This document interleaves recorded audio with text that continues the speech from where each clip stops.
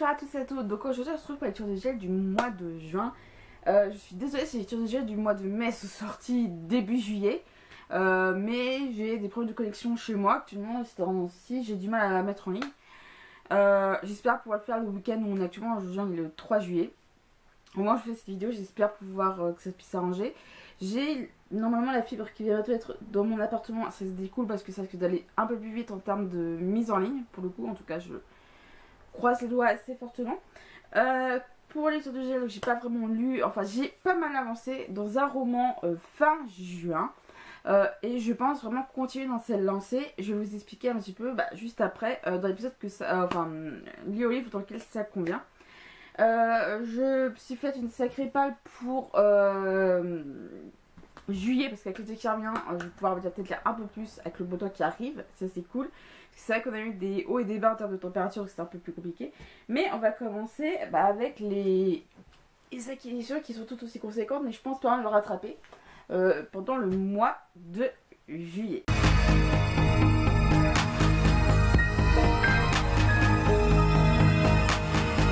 Début juin, je suis allée dans une boîte à de ces débats communes et j'ai vu deux livres qui me plaisaient, qui avaient l'air plutôt pas mal.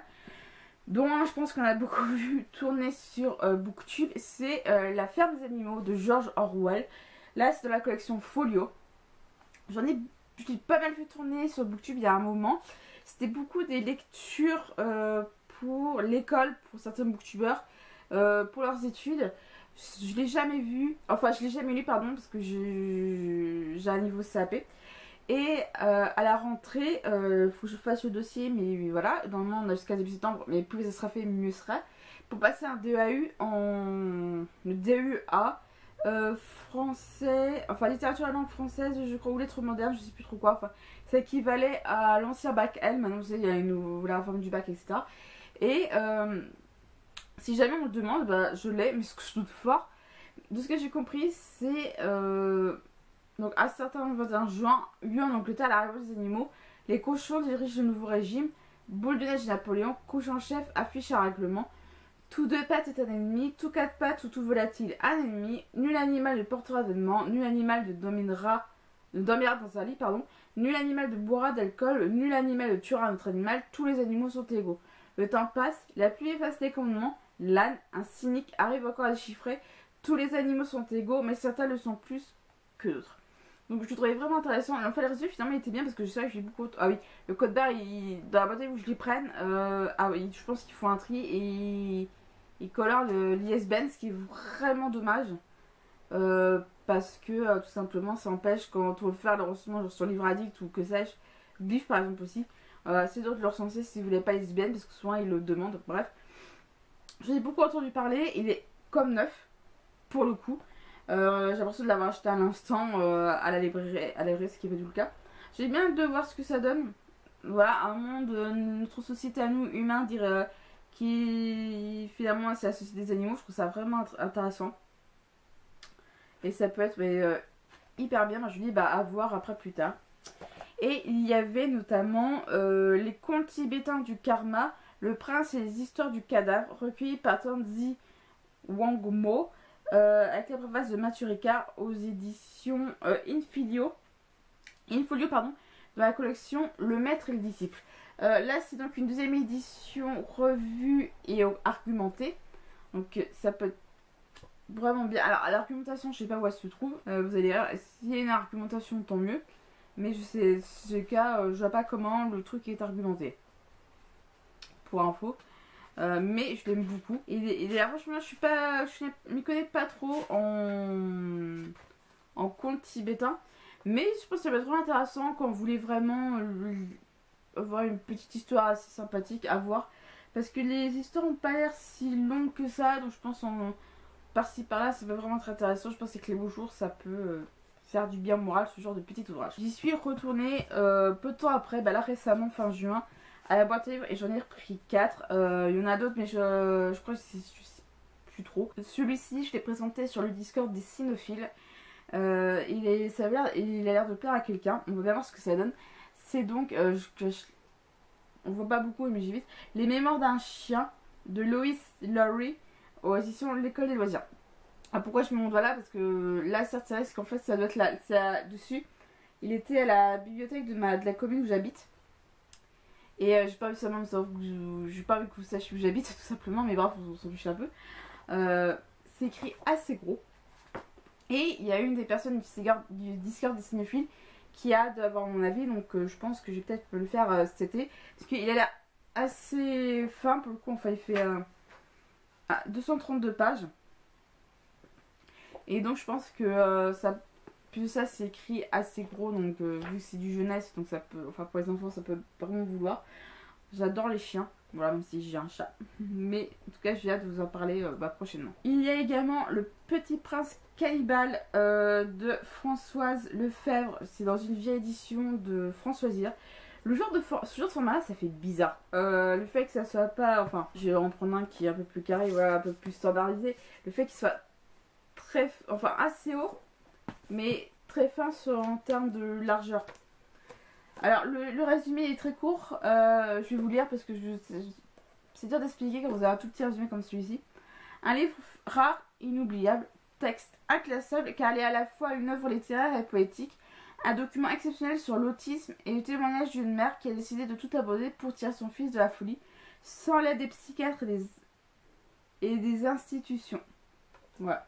Donc je pense que ça peut vraiment être intéressant. Voilà, l'autisme, on connaît, en tout cas en grande surface, mais on oublie facilement qu'il existe d'autres formes d'autisme. Mais j'ai vraiment hâte de voir ce que ça vaut, parce que franchement, c'est le fait d'avoir une mère qui a décidé justement de se battre pour l'autisme de son fils, apparemment toute seule, sans l'aide de personne. Ça peut vraiment être intéressant. Voilà, j'aime beaucoup les mères courage comme ça. On a également eu L'année du certif par Michel Jury aux éditions France Loisirs. J'adore la couverture. Alors la couverture pour le coup c'est pas un truc hyper lisse comme pour le Petit Prince Cannibale. Ça fait un truc un peu gomme. Je sais pas si vous voyez. Et c'est vraiment une vieille photo pour le coup quand on regarde, quand on dépile la couverture, la jaquette comme ça, c'est vachement bien. Alors j'ai bien pensé que quelqu'un qui parle de ça en fait. Michel Juret, non. Attendez. Parce qu'il n'y a pas de résumé, ça c'est la joie. Les Cévennes, dans les années 30, c'est la grande époque du certificat d'études. Les écoles, les villages s'affrontent, par l'intermédiaire de leurs champions, pour le prix cantonal. Chaque instituteur se doit d'avoir au moins une fois dans sa carrière le premier du canton. C'est ainsi que Paul Fontane, l'instituteur de Saint-André-la-Vallée, prépare son fils aîné, Antoine. Mademoiselle Rachel de Saint-Pierre-du-Mont lance dans la bataille la tendre et fantasque Pascaline. Alors que les jeunes candidats connaissent leurs premiers émois amoureux, les espoirs et les désespoirs, les instituteurs viennent fausser la règle du jeu. Entre adultes et enfants se noue un drame qui peut être articulable que 12 ans plus tard. À la fin de ce livre, un dossier exclusif illustré sur l'offre et l'auteur a été réalisé spécialement à l'attention des lecteurs du club. Ça donne vraiment envie. C'est une toute autre époque. Aujourd'hui, il y en a qui font tout pour avoir le bac. Et à l'époque, c'était vraiment le certif et c'était vraiment... c'était un truc incroyable, quoi. C'était vraiment le truc des petits villages, quoi. Les petits villages de petits... Ça me donne vraiment la sensation de... Et quelques temps, je vous avais présenté 14-14 de Chenengar et Paul Bern. Je vous mettrai la chronique dans le petit i juste ici. Et j'ai trouvé ça vraiment intéressant parce qu'en fait, pour le coup, dans 14-14, donc Adrien, celui-là qui vivait en 1914, passe le certif. Et j'ai envie de voir vraiment plus en profondeur ce qu'on pouvait ressentir comme émotion avant l'époque du certif. C'est pas un témoignage, mais en tout cas, ça donne vraiment une toute autre différence, une autre vision à la chose. Le Soupirant de Charlotte Link, là, c'est toujours chez France Loisirs. Je trouve beaucoup de livres de France Loisirs dans les boîtes à livres. Alors, le résumé. Quand une femme à la dérive rencontre un homme trop parfait pour être honnête. Depuis qu'une inconnue est morte à ses pieds, après s'être défenestrée, Léona reste traumatisée. Hantée par ce drame, elle s'unit d'amitié avec Robert, le frère de la victime. C'est dans ces circonstances que Wolfgang, son mari, choisit de la quitter. Profondément déprimée, Léona succombe peu à peu au charme du ténébreux Robert. Mais que sait-elle au juste de celui que Wolfgang surnomme ironiquement son soupirant? Une fois de plus, Charlotte Link distille l'angoisse par touches subtiles dans un crescendo inquiétant, un livre-roman au suspense insoutenable. Ça me donne trop envie de lire. En plus, la couverture me donne trop envie de lire. C'était, je pense, le faire en août. Parce que la couverture, elle est juste magnifique. Elle fait très estivale. Tout simplement. J'ai voulu faire mon achat trimestriel à France Loisirs. Et ça s'en est fait avec un seul. Pour le coup. J'ai 80 points sur ma carte club. Ça tombe bien parce que au début, je trouvais ça bizarre que fin d'année, l'année dernière, j'avais 60 points en décembre 2020. Et alors en janvier 2021, donc normalement, enfin, j'ai eu la réponse après. J'étais habituée à ce que les compteurs des points reviennent à zéro. C'est-à-dire que si vous avez 90 points et que vous n'avez pas utilisé, vous revenez à zéro. Tandis que là, mes 60 points sont restés. Donc j'en avais parlé parce que mes autres commandes pour début 2021. En fait, donc je suis montée à 80 parce que c'était des prix club. La personne quand je suis allée les acheter directement en magasin parce que j'étais sur Strasbourg dans le coin. La personne elle me disait bah oui c'est normal parce que les gens en fait justement c'est pour éviter que quand vous c'est le cas vous dites que vous avez 60 points ça va éviter de les perdre. Et justement on préfère que vous les cumulez plutôt que de les perdre d'usage pour rien. Donc j'en ai pris 3, vous avez vu. Hein. En fait, j'ai vu que celui-ci était dans le. Oula. J'ai vu que celui-ci était d'abord dans le catalogue. Et pour ceux qui ne savent pas, je suis jurée pour le prix de la littérature imaginaire Booktubers. Ils avaient ajouté ce livre-là dans leur catalogue. Alors, on nous l'avait fourni en numérique. J'ai dit, vu qu'il est en papier, autant le faire, autant en profiter. Après, en choisir, moi, ça permettait de gagner 10 points club. C'est donc La Ville sans vent de Éléonore de Villepoix. À la base, c'est chez Hachette, si je vous dis pas de bêtises. J'ai toujours un doute entre Nathan et Hachette. Pour le coup, je vais pas vous mentir, mais c'est bien Hachette. La couverture est magnifique. Alors, je vais pas vous mentir, le seul défaut que je trouve, alors je sais pas si c'est l'édition France Loisirs ou quoi, mais le doré s'en va. Voilà, là, ça se voit encore plus. Et en fait, je suis à la moitié. Et ce livre-là, je ne l'ai lu qu'en live. En fait, pour ceux qui ne savent pas, ça fait maintenant un peu plus de 2 mois, 2-3 mois maintenant que je fais des lives sur Twitch. Et là, donc je vous dis, on est le samedi 2 juillet, donc lundi, mercredi et hier vendredi, j'avais fait des lives où de 20h à 22h, je lisais. Je lisais pendant 2 heures, je me dis tiens, je suis en live de 2 heures où je fais que lire. Quand il y a des gens qui viennent discuter dans le chat, je pose ma lecture et je discute avec les gens du chat. Et étant donné que j'ai pas beaucoup de monde qui suit dans le chat, ça permet tranquillement pour ma part d'avancer ma lecture pendant que la personne en face écrit ce qu'elle a à écrire. Donc en 3 élèves, je suis à la moitié. J'ai lu quasiment plus de 70 pages la première fois parce que je suis à 20 pages, je suis montée à 90. Après je suis montée à 120 et là je suis à la page 228 et c'est un livre qui fait 447 pages, donc je suis à, on va dire quasiment à la moitié. Donc je pense qu'en 2 lives, peut-être 3, je l'aurai terminé. Donc si vous voulez suivre mon avancée de ma lecture ou même de participer à d'autres lives, parce que les samedis et dimanches, je fais des lives de 17 à 19h, ou les samedis on fait, ça dépend, on discute, on papote, je fais 2-3 petits trucs. Et samedi dernier, j'ai fait mon belette pour le mois de juillet. Et le dimanche, on fait de la discussion autour d'un thème, d'un sujet où on papote vraiment, enfin on papote, on se comprend. Donc si vous voulez, n'hésitez pas, la chaîne Twitch est en barre d'infos pour le coup. Donc voilà, j'avance très bien et j'ai l'intention de le terminer justement en juillet, mais je vous en parle dans la prochaine partie. Et je vais en profiter parce que avec la 1100, ça m'a fait 90 points. J'en prends un autre comme ça, au moins j'ai mes 100 points et je suis tranquille. Je me suis pris le roman de Georges Sand, je l'avais vu aussi dans le catalogue. Donc c'est de Geneviève Cheval, donc toujours c'est sur France Loisirs. J'adore Georges Sand. Au début, comme pour beaucoup de gens, on est persuadé que c'est un homme. Moi, ça n'a pas été une auteure que j'ai étudiée à l'école. En tout cas, on n'apprenait que de noms. Georges Sand, comme beaucoup, on est persuadé que c'est un homme, parce que Georges Sand, c'est le nom c'est le nom qu'avait. J'ai pas son prénom de naissance, malheureusement. J'ai plus son prénom de naissance, plutôt, on devrait formuler comme ça. Parce que j'ai vu Secret d'Histoire sur Georges Sand, qui était vachement bien, mais j'ai plus du tout son nom, parce que Georges Sand, c'est un pseudonyme.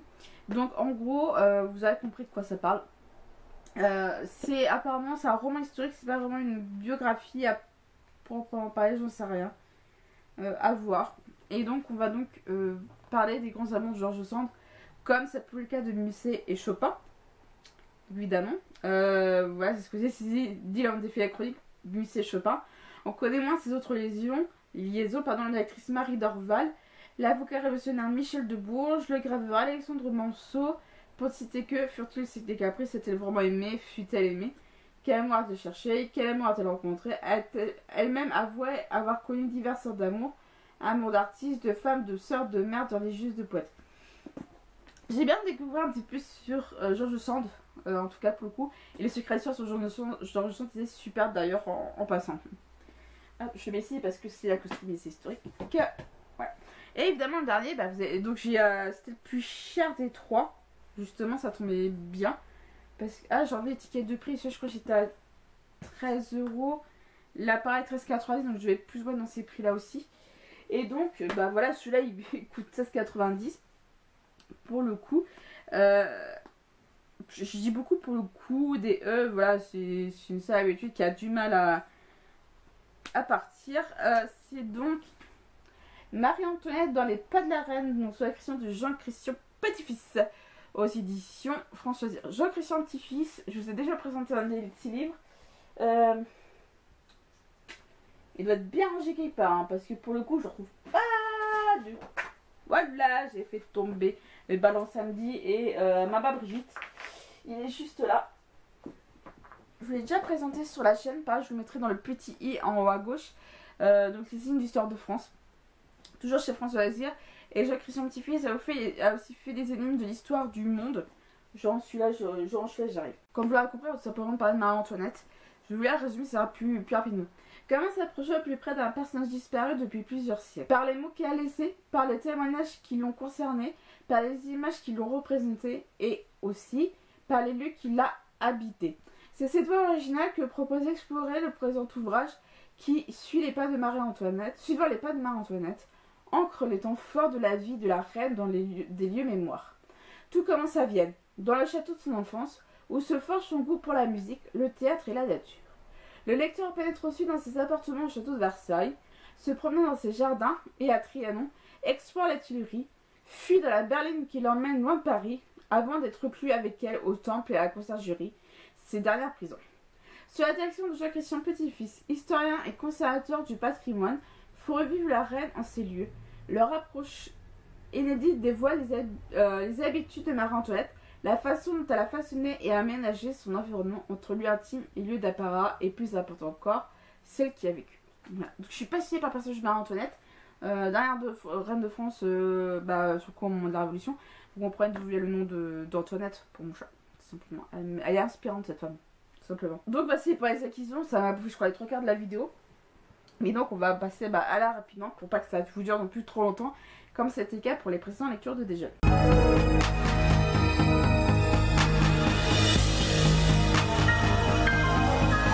Durant cet été, il y en a qui sont aussi encore en cours, mais j'ai l'intention de les terminer. Ce sont ces romans-là que j'ai l'intention de terminer. Et c'est pour ça que je suis en profiter au maximum des lives sur ma chaîne Twitch pour les finir et pour continuer à discuter peut-être en même temps avec vous. Donc je rappelle que le lien de la chaîne Twitch est en barre d'infos.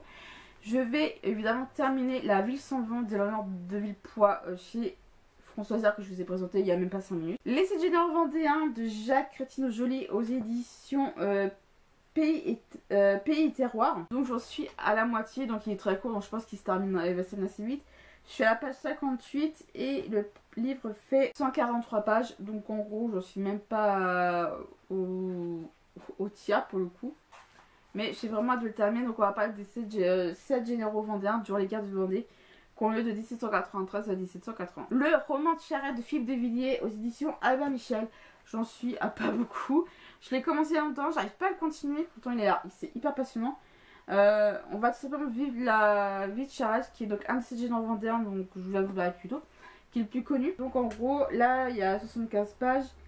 Et là, il fait un peu plus de 473 pages. Donc Philippe de Villiers a tout simplement nous raconter la vie de Charette, de sa jeunesse, de son enfant jusqu'à sa mort, exécutée peu longtemps d'exécution, je vous mets le truc pour me faire comprendre.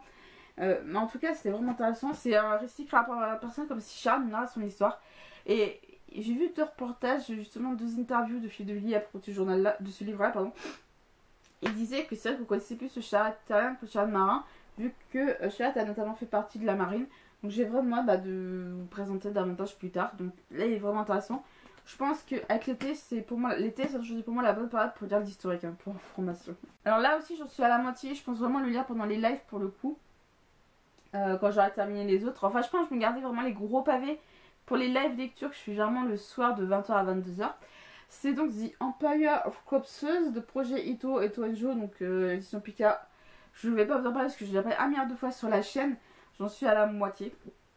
Donc on va suivre le Dr Watson à sa recherche sur la créature de Frankenstein dans un univers totalement steampunk. Et j'ai hâte vraiment de vous en parler davantage de ce roman parce que je le kiffe. Et d'ailleurs, roman que j'ai bien commencé, que j'ai vraiment hâte de terminer. War Web de Johanna Zayer en auto-édition. Surtout qu'elle a fait les précommandes pour le volume 2 de War Web, pardon, qui a une suite. C'est écrit comme assez gros, donc pareil, je pense que ça va se lire assez rapidement. C'est un gros pavé pour le coup. Là aussi, que je lirai aussi en live parce que pour le coup, ça va permettre de bien avancer. Le livre fait un peu moins de 500 pages. Ouais, on va dire 500 pages. Et j'en suis à la page 227. Donc en gros, j'en suis même pas à la moitié. Mais j'ai vraiment hâte de vous le présenter. Je vous lire ce qui est très court pour le coup pour vous donner une idée. Paris en 2035, Rebecca Bards est une jeune insurgée vivant dans la périphérie externe du Nouveau Paris qui est alors encerclée par des hauts murs de béton.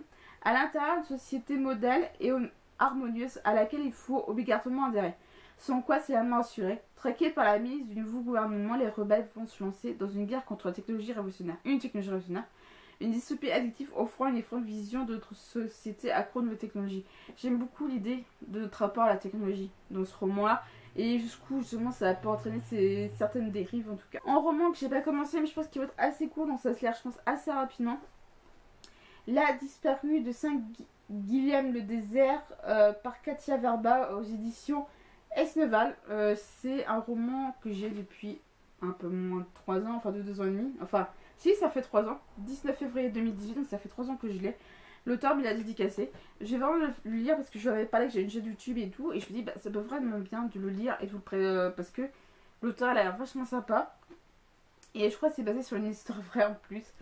Alors, la distinguée Maëlys de Chaville, issue de la bourgeoisie, vit à Lodève entourée de ses enfants. Alors que tous se réunissent pour fêter l'anniversaire d'Aliette, la cadette, celle-ci se fait attendre.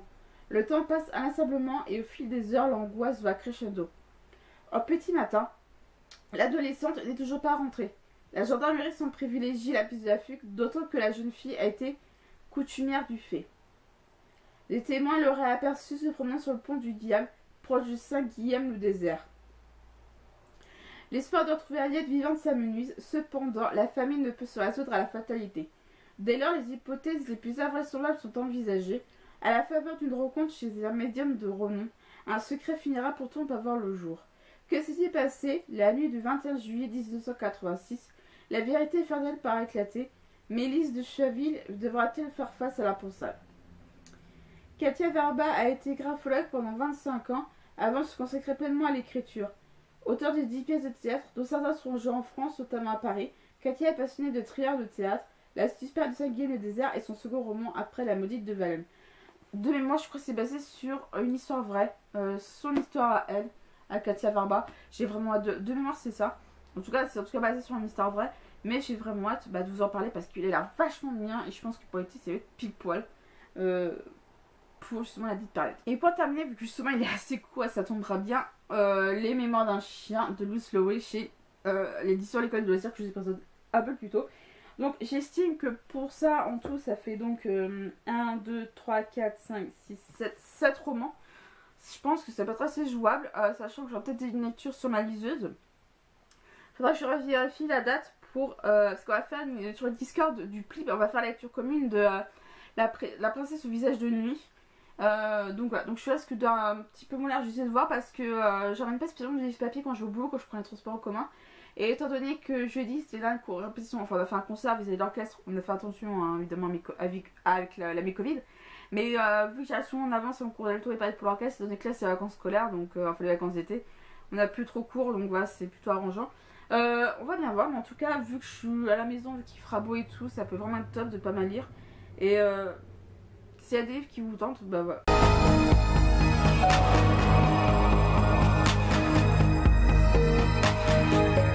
Les lectures de dégel du mois de juin sont terminées. J'espère qu'elles vous a plu. N'hésitez pas à me dire en commentaire s'il y a des livres qui vous tentent, que vous connaissiez ou quoi. J'ai bien d'avoir vos avis. Et sur ce, je vous dis donc à la prochaine.